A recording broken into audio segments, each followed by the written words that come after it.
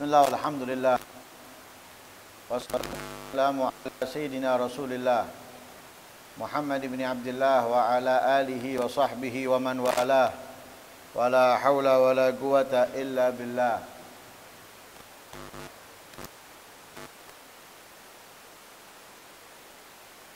Wan naf'a wal intifa' wal mudzakarata wat tadhkir wal ifadata wal istifada wal hasala tamassuki bi kitabillahi wa sunnati rasulih wa du'a ilal huda wad dilala alal khair ibtigha'a wajhillahi wa mardatihi wa qurbihi wa thawabihi minallahi ta'ala.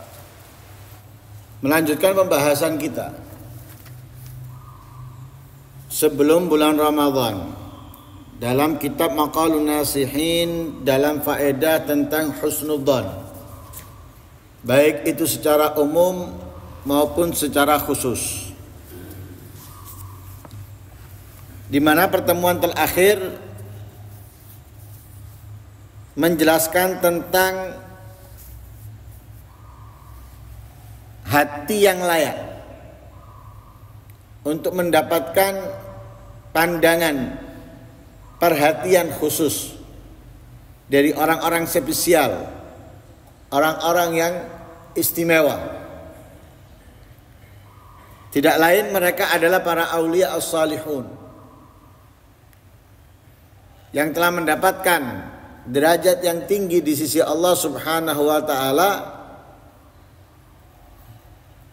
karena orang-orang yang memiliki hati yang jernih dan bersih layak, pantas untuk mendapatkan rahasia,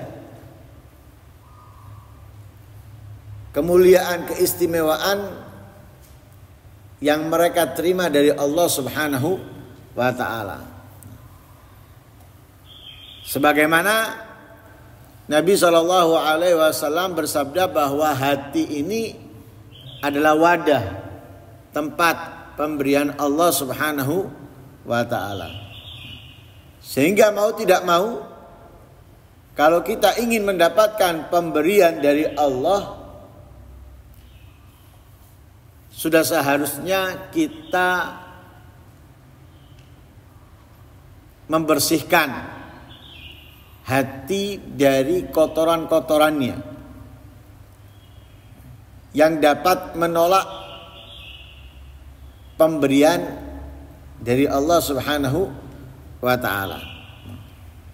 Karena itu berapa banyak daripada para aulia, di antaranya Syekh Abdul Abbas Al-Mursi, beliau mengatakan, lau nadhartu ila rajulin nadratan wahidatan tughnihi agnaituhu biha. Jika aku memandang kepada seseorang satu pandangan, maka aku cukupkan ia dengan satu pandangan itu. Ya, jadi akan aku puaskan dia, akan aku kenyangkan dia dengan satu pandangan tersebut. Lah orang yang mendapatkan pandangan itu bukan orang yang sembarangan. Rata-rata yang mendapatkan pandangan khusus daripada para aulia, mereka itu adalah orang-orang yang memiliki hati yang jernih, hati yang bersih, hati yang kosong dari kotoran, dari penyakit. Jadi jangan kita lihat perbuatan zahirnya, tapi kemuliaan yang ada di dalam batinnya. Karena itu kita ini terkadang terkecoh dengan zahir, lupa batin. Mementingkan zahir, meremehkan batin. Padahal utama segalanya yang ada di kita ini adalah yang ada di batin. Tapi iya, zahir itu menjadi tanda apa yang ada di dalam batin. Sebagaimana dikatakan oleh para ulama, adz-dzahiru unwanul batin. Yang nampak, yang terlihat itu adalah alamat apa yang ada di dalam batin. Tapi tidak menjadi patokan. Oh, di sini berarti batinnya kayak gini, enggak. Ya. Karena ada orang-orang tertentu sengaja memang bersikap secara zahir, ya, bertentangan dengan apa yang ada di batinnya, karena ingin menutupi apa yang ada di dalam batinnya agar tidak diketahui orang-orang, entah itu buruk atau baik. Ya. Sehingga dikatakan oleh beberapa aulia,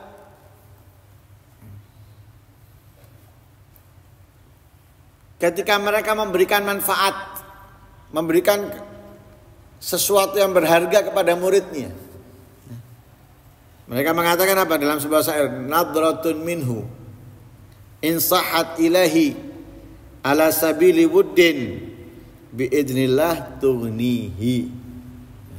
Satu pandangan darinya, yaitu dari guru yang mulia, yang istimewa.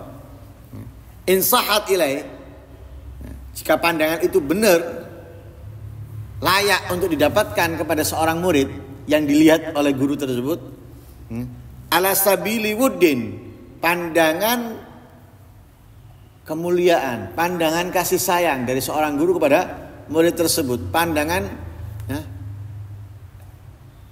yang super, biidznillah tughni, dengan seizin Allah, satu pandangan itu membuat murid tadi itu kaya, kaya dengan pengetahuan, kaya dengan sifat-sifat mulia dan baik.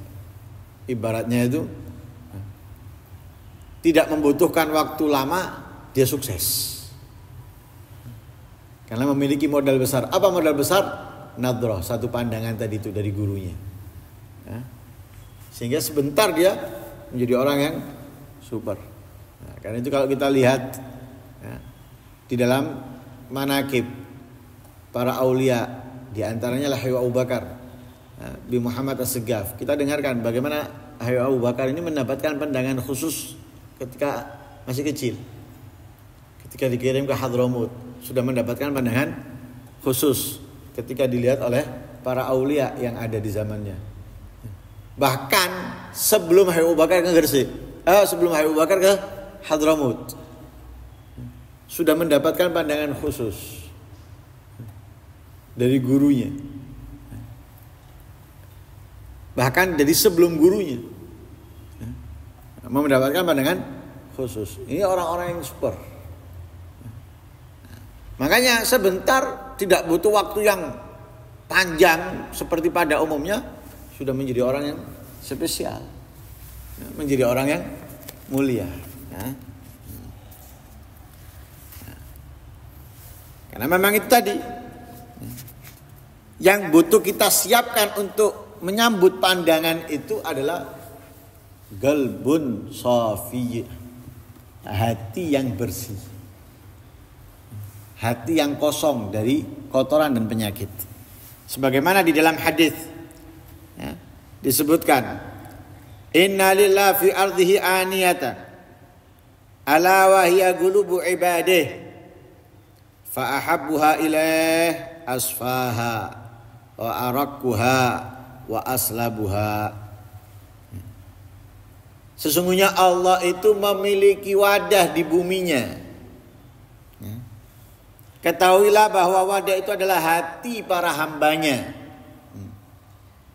Maka hati yang paling dicintai oleh Allah dari hambanya adalah yang paling bersih, paling jernih, paling lembut, paling konsisten dalam menjalankan apa yang seharusnya dijalankan. Ini hati yang paling dicintai oleh Allah SWT. Kita ini di rumah punya perabotan, ada perabotan makan. Dari perabotan makan itu ada yang kita senangi untuk kita minum darinya, atau kita makan darinya. Kita punya pakaian warna-warni, bermacam-macam model, tapi dari banyaknya pakaian yang kita miliki, ada yang paling kita senangi, kopiah dan lain-lain sebagainya. Pasti seperti itu. Lah di bumi ini banyak ada manusia, ada hewan, ada tumbuh-tumbuhan dan yang lain sebagainya. Yang paling disenangi oleh Allah dari mana? Adalah manusia. Tapi dari manusia yang paling disenangi oleh Allah adalah hatinya. Karena itu menjadi tempat pandangannya. Tempat pandangannya dan tempat menerima pemberiannya. Bukan, makanya Nabi mengatakan apa? La yanzuru ila suwarikum wala ila ajsadikum. Enggak ngelihat bentuk rupanya. Mau punya hidung misalnya atau enggak punya hidung.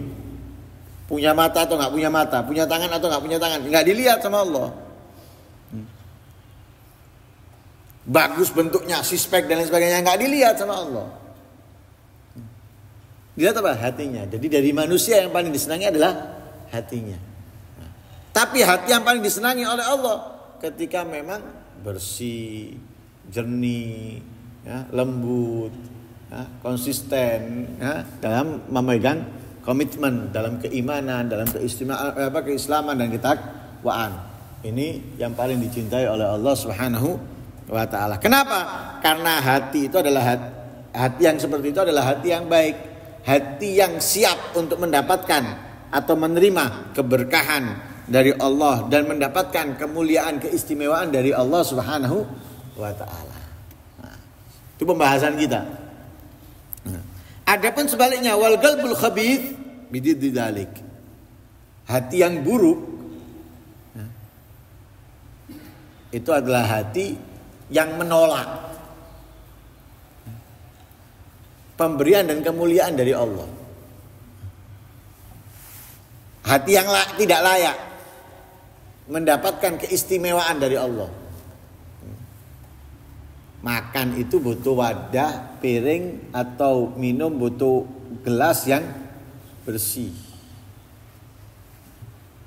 Walaupun makanannya sederhana, apalagi makanan yang paling enak.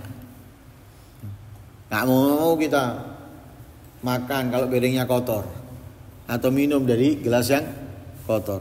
Kadang gelasnya bersih, bekasnya orang kita nggak mau. Apalagi kalau misalnya kita jijik dengan orang tersebut, kita nggak mau. Lebih-lebih Allah mau menaruh, mau memberikan sesuatu yang istimewa darinya ke hati, kotor, menjijikkan, ya, nggak mau Allah. Ini yang akan ditaruh, ini sesuatu yang istimewa, sesuatu yang mulia, sesuatu yang indah. Artinya apa? Bisa membuat mata dan hatinya terbuka apa yang seharusnya ia lakukan. Kemudian ditaruh di situ. Enggak akan dilakukan itu oleh Allah. Enggak dikasih. Nah, itu hati yang buruk. Hati yang kotor. Hati yang tidak layak menerima keberkahan atau pemberian dari Allah Subhanahu wa taala. Adapun hati yang bersih, mereka itu fa idza wajadu taqiyan zahidan qila wa muhibban shadiqan nadharu ilaihi nadratan rabbaniyatan nafi'atan jami'atan aghnahu biha wa arahuhu minal ana.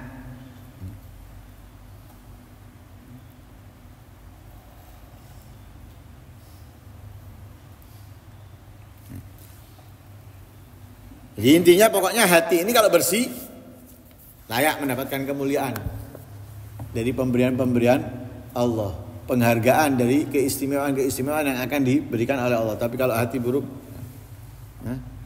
kayak gitu mengusir, membuat ia tidak layak, tidak pantas mendapatkan pemberian Allah.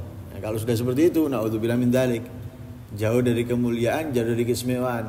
Minimalnya dia tidak bisa merasakan nikmatnya, lezatnya dalam menjalankan kebaikan, ibadah, ketaatan. Gak bisa merasakan lezatnya. Lah kalau sudah tidak bisa merasakan lezatnya, ya, kebosanan itu akan lebih kuat menguasainya yang membuat ia meninggalkannya. Nah, tapi kalau hati tadi itu bersih, jernih, lah dia bakal merasakan nikmatnya, ya, ibadah, ketaatan yang dilakukan. Ya, seperti Imam Al-Junaid, nah, kalau nggak salah, ketika diajarkan oleh bukan Imam Al-Junaid, Siri Sahal At-Tusturi itu dengan Imam Al-Junaid hasil dengan pamannya, saudara ibunya. Dan ketika bangun malam diajarkan untuk membaca wirid. Dibaca hanya 3 kali. Allahu syahidi, ya, Allahu hadiri, Allahu nadhirun ilayya. Tanpa diberitahu maksudnya, tujuannya dari apa yang dibaca, enggak. Suruh baca 3 kali aja. Bangun baca itu 3 kali. Enggak tahu. Apa enggak tahu. Enggak paham. Besok dibaca lagi, lusa dibaca lagi sampai beberapa ditingkatkan dari 3 menjadi 7. Jadi 7. Enggak ditambah amalan yang lain enggak. Situ aja baca. Ya, dari 3 menjadi 7. Lah berjalannya waktu merasakan sesuatu yang berbeda dari apa yang dibaca tadi. Di situ membuka segalanya untuknya. Sehingga lebih semangat dalam melakukan kebaikan, ketaatan, lebih menjauh daripada kemaksiatan, kejahatan, keburukan, ya, dan lain-lain sebagainya. Kenapa? Sudah mulai mengerti, memahami apa yang diucapkan. Nah ini kenapa? Karena hatinya bersih. Sehingga berjalannya waktu dia bisa merasakan nikmatnya ibadah, nikmatnya amal soleh yang dikerjakan. Tapi kalau hatinya buruk, nah ini nggak merasakan nikmatnya ibadah dan lain-lain sebagainya. Berjalannya waktu, ya, nggak butuh waktu lama, akan bosan, jenuh. Nah, kalau sudah seperti itu, dia akan menghindar, menjauhi. Na'udzubillah min dzalik. Itu semoga Allah Subhanahu wa taala menjadikan kita orang-orang yang memiliki hati yang bersih, ya, hati yang kosong dari penyakit dan kotorannya, sehingga kita layak mendapatkan pemberian, ya, keberkahan, kemanfaatan dari Allah Subhanahu wa taala yang menjadikan kita semakin, ya, baik dalam menjalankan ibadah ketaatan, semakin sempurna dalam Islam dan iman. Amin Allahumma amin. Wassallallahu alaihi wasallam Muhammadin wa ala alihi wasallam. Alhamdulillahirabbil alamin. Al-Fatihah.